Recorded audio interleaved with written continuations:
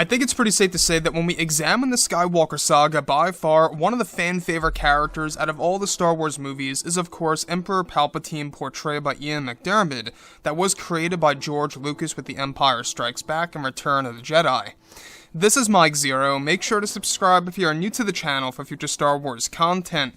Now, the thing about Star Wars The Rise of Skywalker is that we do know that this was a very tough production for Disney and Lucasfilm. They went through a lot of trouble in order to get this movie done on time. In fact, all of the cast and crew talked about this before in previous interviews, months and months ago, that this movie really dealt with a lot of production issues because of Kathleen Kennedy interrupting with many of the scenes that were deleted that included Palpatine, Luke, Ben Solo, and more, that was really going to give us a far different version of the movie during the second phase of reshoots back in late 2019.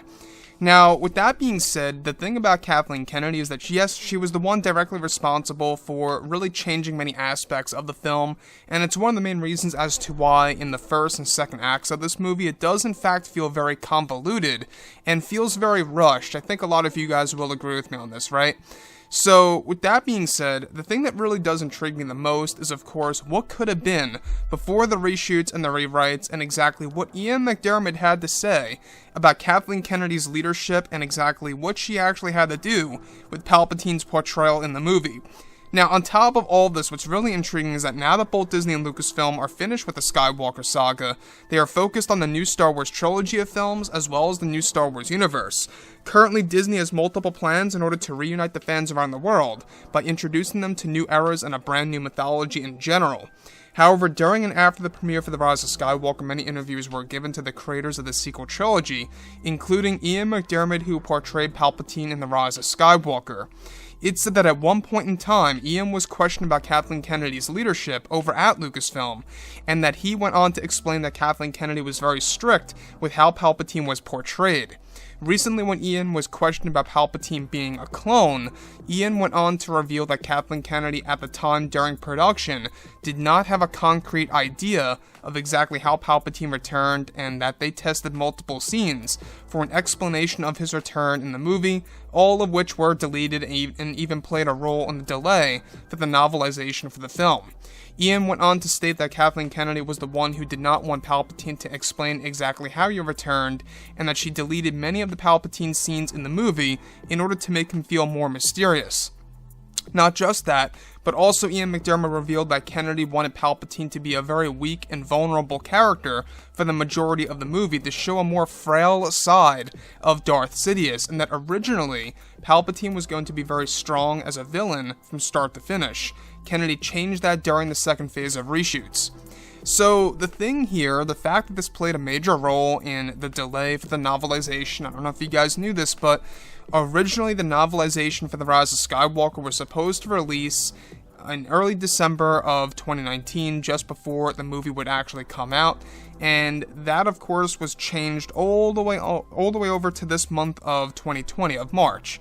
So, there was a reason for that, is because they weren't quite sure exactly how Palpatine returned, so they had to put the novelization on hold. And now it makes a lot of sense, it's all coming together, because in the novelization, in case you guys have not heard about this, I'm sure that you all have, but in the novel, it's explained that Palpatine is just essentially a clone with a spirit attached to that clone of Palpatine, and I will agree, I kind of respect it. I mean, I kind of like that idea, because it is connected to what happened in Star Wars Legends, and it stayed somewhat true to Legends. The only major difference is that, at least in Star Wars Legends, we got a young version of Palpatine as a clone. That's the one thing that they, I think, should have done or experimented with, where they could have done that in a literal sense, right?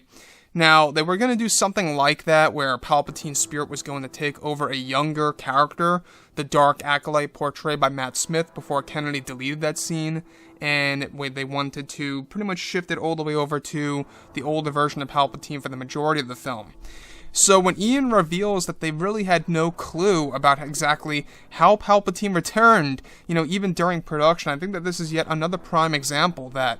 obviously Palpatine was just shoehorned into the movie, and we do know that Kathleen Kennedy was the one who came up with this idea and even lied to the fans that Palpatine, was in the cards since 2014. That was not true, because J.J. Abrams even revealed that, this was just a last-minute decision, and even Colin Trevorrow said that he never intended to bring Palpatine back. If Palpatine was really in the cards since 2014, and Kennedy actually had Colin Trevorrow on board for Episode 9 at one point in time, you would think that Colin would have actually implemented Palpatine into the story, in which he did not. Yes, he had him in there as a holocron voice, and that was about it, but I'm sure that the Palpatine's return in the cards and all was going to be bigger than just the holocron at the time.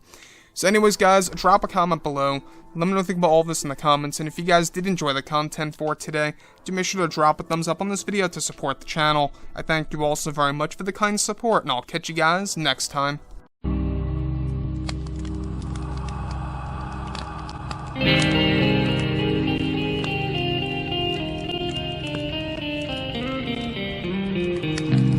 Gun in hand, we are alone again. No hiding from night to moon.